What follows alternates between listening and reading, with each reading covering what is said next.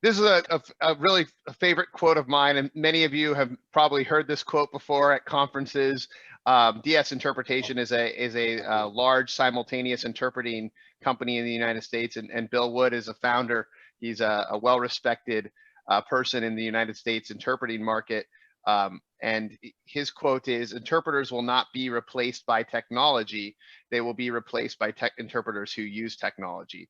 And that's really what we believe at Boostlingo. You hear a lot of things when you go to conference about AI and machine learning. And of course, even Boostlingo, we incorporate some AI technology into our platform. But the type of interpreting we do is very complex, highly emotional.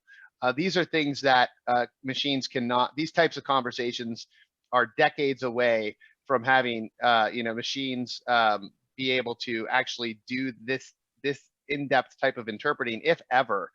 Really, we view in the type of business-to-business interpreting that we deliver to be one of the last professions that would be replaced by automation, because of the complexity and the nuance and the emotional components that go into these conversations. And I think a lot of you on the phone understand that dynamic. You're involved in a lot of these conversations, and you understand the complexities that are involved. Next slide. So what are we seeing in the market?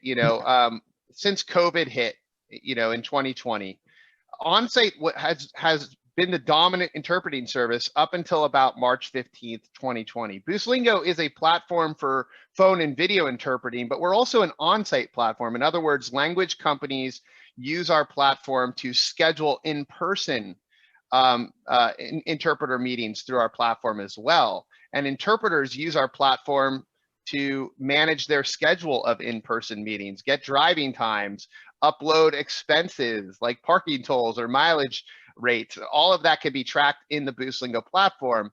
And what we saw after late February, early March 2020 was a dramatic shift in the types of services that were going through the Boostlingo platform. And this just gives you a kind of a high-level summary of what we saw in each of these different regions and how it shifted once the COVID pandemic hit. And you can see that remote interpreting really started taking off in some of these major locations.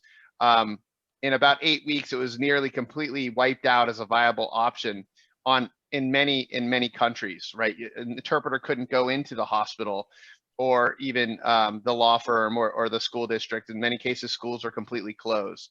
And so, even though remote interpreting had become a growing segment of the market, like I said, the COVID pandemic really changed things dramatically.